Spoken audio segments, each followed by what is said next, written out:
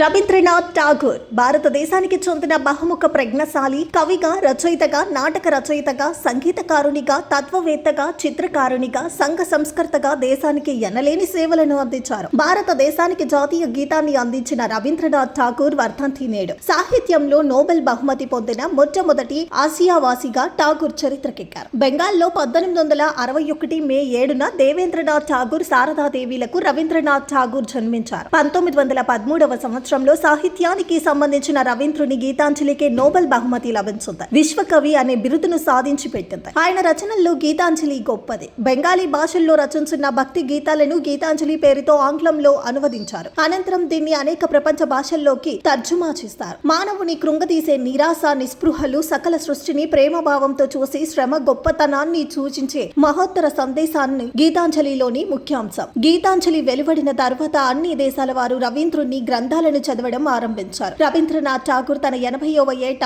అంటే 1941లో యురేమియాతో మరణించారు.